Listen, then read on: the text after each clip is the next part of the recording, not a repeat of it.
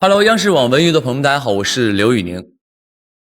这一次在《书卷一梦》很开心饰演了2个角色，一个是皇子南恒，另一个是残江月大当家黎十六啊，一个江湖人士。您现在有没有跟观众朋友们一起在评估这个剧？那肯定的，每天只要更新了我就得追。那您是抽查一下最近更新的剧情是什么？我刚才刷了片段了，就是那个风雪山神庙那一场，黎十六被那个宋一听把面具摘下去了那一场。在追剧的过程当中，有没有让您比较印象深刻的评论？印象深刻的评论啊，大家一直想给我那个父皇卖了啊，对，就是因为他好像对我很不好，就是按剧情走嘛，最后那个弑父了嘛，然后自己夺得皇位的。观众有评论说这个面罩是慈禧的吗？怎么说呢？因为这个拍戏是这样的，他拍戏他不可能是真的，你知道吗？因为那个面具怎么戴呢？是这样，先戴上之后2根绳子在后面系，然后再系2根绳子。如果你打个比方，你要拍吻戏的时候这样，等会儿。这样就很垮，你知道吧？所以就把解绳的那个东西给去掉了，就是一拉是个活扣，一拉那个扣就开了啊，不是磁吸的，是有活扣啊，活扣的啊。记得当时庆组拍的戏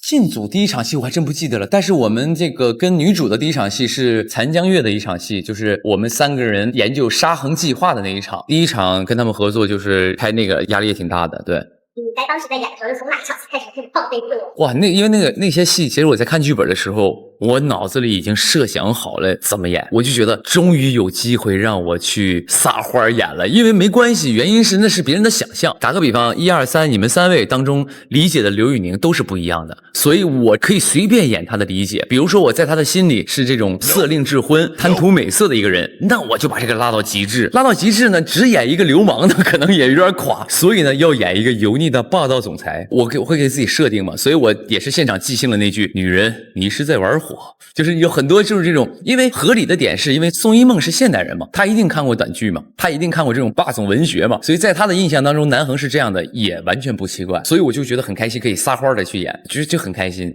比如你在演的时候，会不会觉得比较就是难以启齿？没有，这一次可以名正言顺的去演，而且可以往油了演，我就觉得很开心，很过瘾。我觉得那一趴演的真的好过瘾，还有嗑瓜子儿，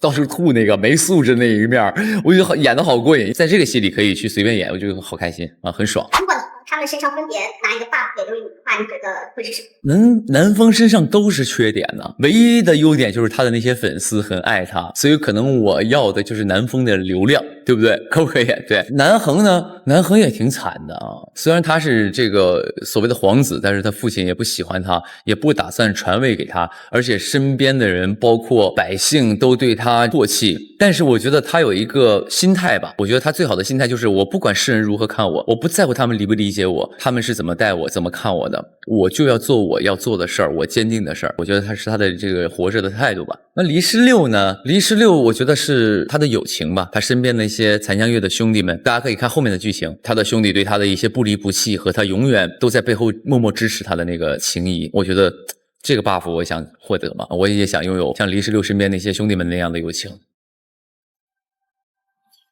因为我看剧本的时候其实也算准备嘛，刚才也说了，在看的时候我已经大概知道该怎么演了，到了现场我就撒欢玩，撒欢的演，然后当然不能脱离人物了，不能脱离人物和合理性，然后我觉得感谢这个剧本，它给了我很大的空间。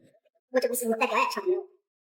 对，就是很丰富。抛去那些抽象的那些角色以外，首先南恒跟黎十六，这其实就是2种人物状态，也代表着这个人的2面嘛。我相信人永远不是一面的，就像你跟你爸妈是一个状态，你跟你朋友是一个状态，你面对公司老板的时候，你又是另外一个状态。所以我觉得，当你演2种状态的2种自我的时候，我就觉得那个挑战其实很大。他虽然是2个人物性格、2个状态，但是他终究是一个人。你怎么样能够又演得像2个人，但是2个角色又不脱离，又有连接，我就觉得那个是我比较难处理的。我觉得惨，比如说颠的剧情呢，你需要用你的表演、外化，然后包括一些状态就可以诠释出来。但是如果你要真的演那种走心的戏、感情的戏，它不仅仅是表演了，它要消耗的是你的精力，你脑子的调取记忆的一个能力以外，还要投入真心，那个是很消耗的。那后期一定会有一些幸福的，那不能总惨，总惨那纯苦也很难吃，你得苦中带甜，这个甜才珍贵嘛。你要一直甜也很难受，你要一直苦，那我就喝不下去了。那你提到了重这个戏，我现还未到山穷水尽之时，绝对不能放弃。当时对，因为我觉得因为那一撇是相对来说比较的可以放飞的，比如说一地方中毒，然后飞镖扔过去，自己中标，然后还有就是给自己捆起来，结果自己掉水里那些，有一些很多都是当下设计的，比如说那个中毒肯定是那种就难受嘛，肚子疼嘛，我觉得那个不够外化，不好玩，我就跟那个化妆老师我说，老师那个能不能给我做个香肠嘴，就是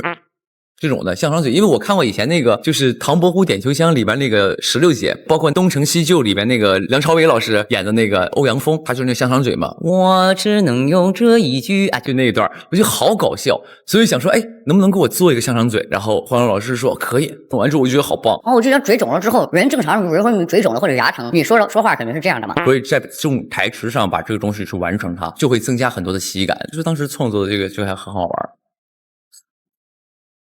女人，你是在玩火就即兴发挥吧？那纯即兴发挥。偏见这件事儿其实很难打破的嘛。我觉得南恒身上有一点我学习到的就是，他面对偏见的时候，他觉得这些不重要。你看他很多台词里都说，世人不就是这么看我的吗？管他们怎么想的，我无所谓，他们爱怎么看我怎么看我，因为我知道我要做什么。其实我很多东西心态也是从他身上学到的，但我也被一些质疑呀，被一些觉得不适合呀，这个否定的时候，我开始的时候也会痛苦，也会难过，也会说为什么这么看我，凭什么呀？我咋了呀？我做什么了呀？但后来我会觉得这些都不重要了，因为我做的任何事儿，第一是为了我自己，我喜欢，我想要去做的；第二呢，我做的这些事儿是为了那些爱我的人去做的，我爸妈、我朋友、我的这些歌迷影迷们，我只要在意那些爱我的人就好了，剩下那些不爱我的人，我没必要去在乎他们的看法和偏见，就是无所谓了。他的觉醒的点，我觉得当然也是通过女主嘛。打个比方，现在我们在采访，我跟你说，这个世界是虚无的，现在我们都是假的，我们只是几个数字代码，你信吗？你现在摇头都是我设定好的，你不可能信的。像我们正常自我的认知，我们不可能相信这件事儿，所以南恒也很难相信这就是一个剧本世界，所以他只能通过不断的验证和通过别人给他的证实，告诉你这个事儿是一个剧本世界。然后他接受到这么多他不得不信的东西之后，他在觉醒，哦，原来我是真的是个纸片人。当他其实意识到自己是纸片的人的时候，那个时候也不是真正的觉醒，他只是接受。真正的觉醒的时候，是他知道自己是纸片人，我的一生是被操控的之后，我要改变这一切，我要拒绝别人的操控。如果这个世界有人在操控我，那我要反抗这个操控，这是真正的觉醒，我觉得。所以其实在后期，觉得他是看到了很多身边的人对他的爱，让他觉醒了，我觉得是这样的。那一次和你最大的改变就是很棒啊，很开心。他是一个很优秀的演员，就是整个拍摄过程当中，因为我合作演员也不算多吧，然后他们每个人都有自己的风格。那他呢，就是表演很活、很灵、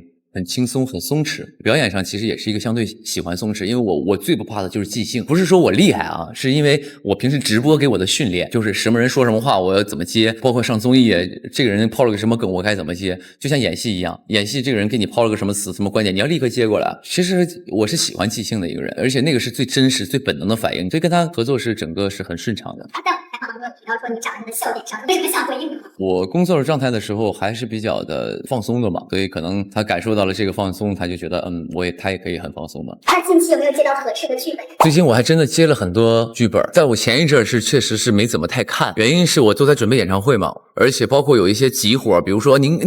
让那个6月份就开机了，我说我6月份在筹备演唱会呢，那7月份呢？7月份我开演唱会呢，所以因为演唱会也拒绝了一些当下开机的一些项目，我看有一些开了，然后都顺顺利利的，挺开心，所以那就等我后面捋顺了，这个时候我就敢去进组了。只要你捋顺了之后，你只要每个月抽个3天到5天的时间，你就可以开一场嘛。剧组1个月抽5天是没问题的，就是2个兼顾了嘛，后面会进组的。最后的话，就带给我们安利一下《书卷一梦》这部剧。哇，《书卷一梦》真的是真的好看，这个戏是真的好看，因为我在配音的时候，我就觉得哇，真的好棒。当然也感谢大家的喜欢，我看很多朋友在积极的跟我们互动，积极的去猜测剧情，非常棒。也感谢大家帮我们去推荐给亲朋好友们，也希望如果在追的朋友继续追下去，如果还没有追的朋友们，今天看到了这个采访，你信我，一定要追下去，谢谢各位了。那当然演唱会也马上就要开起来了，如果你有闲暇的时间，如果你有那么点闲钱，辛苦各位了，买一张我演唱会的票来看一看我的现场，然后我一定把我最大的热情